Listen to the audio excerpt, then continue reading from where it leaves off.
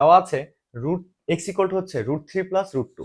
তোমাকে জানতে চাইবে 1/x equal to what, 1/x equal to what. তাহলে কিভাবে করবা? এই যে দেখো 1, এক্স এর ভ্যালু কত দেওয়া, √3/2, √3 প্লাস 2, সরি। এখন তুমি উপর নিচে এই যে এখানে মাঝখানে যে চিহ্নটা, তার বিপরীত চিহ্ন দিয়ে উপর নিচে গুণ করবে, অর্থাৎ √3 মাইনাস √2 দিয়ে। তাহলে কি হয়ে যাবে, √3 মাইনাস √2।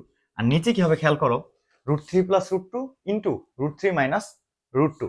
কারণ দেখো উপর নিচে কাটাকাটি করলে আবার আগের লাইন আসে, অর্থাৎ করা যায়।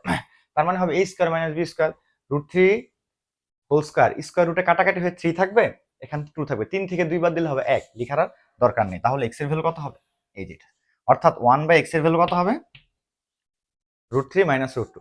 আরো সহজভাবে মনে রাখার জন্য x এর ভ্যালু যা হবে 1/x এর ভ্যালু তাই হবে, জাস্ট তার উল্টো। দেখো এখানে প্লাস ছিল, সেম √3 মাইনাস √2।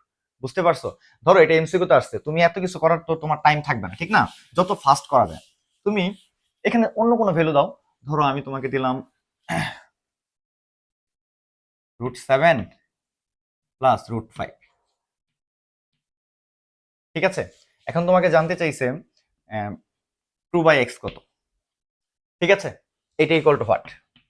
খেয়াল করো, সেম ভাবে তুমি যদি এক্স এর ভ্যালু জানো, 1/x এর ভ্যালু বের করতে চাও, তাহলে তুমি কি করতা, সেমটা হইতো না, √7 মাইনাস √5। আর নিচে কি হইতো, a square minus b square. তার মানে 7 থেকে 5 বাদ দিলে হইতো 2, 2 এখানে ভাগ, এই পাশে এলে হয়ে যেত কি, যে 1/x ছিল না, 1/x ইকুয়াল টু, তাহলে এখানে নিচে কি ছিল, 2, 2 এখানে যায় গুণ হয়ে যাবে, অর্থাৎ 2/x ইকুয়াল টু হবে √7 মাইনাস 5।